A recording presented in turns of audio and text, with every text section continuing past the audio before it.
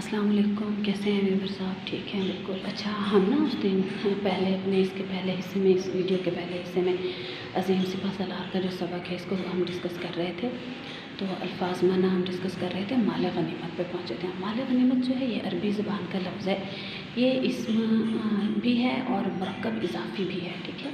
अच्छा, मुरक्कब इज़ाफ़ी को हम मैंने कहा था अपनी क्लास में डिस्कस करेंगे। इसका मतलब है लूट का माल, या वो दौलत जो मुसलमानों को काफिरों से लड़ाई में हाथ आए।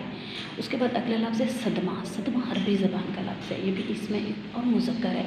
इसका मतलब है धक्का, तकलीफ़, हादसा, परेशानी, दुख, दर्द। उसके बाद है मार्के। मार्के हमारे सबक में इस्तेमाल हुआ है, उर्दू का लफ्ज़ है ये। और इसमें अच्छा देखिए, एक चीज़ जो है ना बड़ी दिलचस्प जो मैंने इस पर नोट की वो ये है कि उर्दू ज़बान है हमारी, लेकिन इस पूरे चार्ट में हमारा अभी पहला लफ्ज़ है जो उर्दू ज़बान का आ रहा है, क्योंकि उर्दू हमारी, जैसा कि आप सब लोग जानते हैं, लश्करी ज़बान है।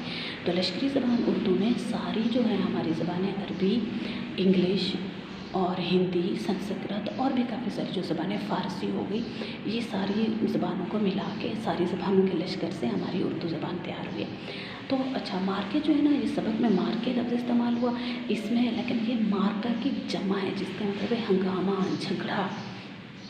मैदान में भी ये इस्तेमाल होता है। ठीक है। अच्छा, उसके बाद है गमकीन। गमकीन अरबी ज़बान का लफ्ज़ है, और फ़ारसी का भी है। दोनों ज़बानों में ये इस्तेमाल होता है, और सिफ़त के तौर पे इसका मतलब है रंजीदा, उदास, अफसरदा। अगला लफ्ज़ है सबात।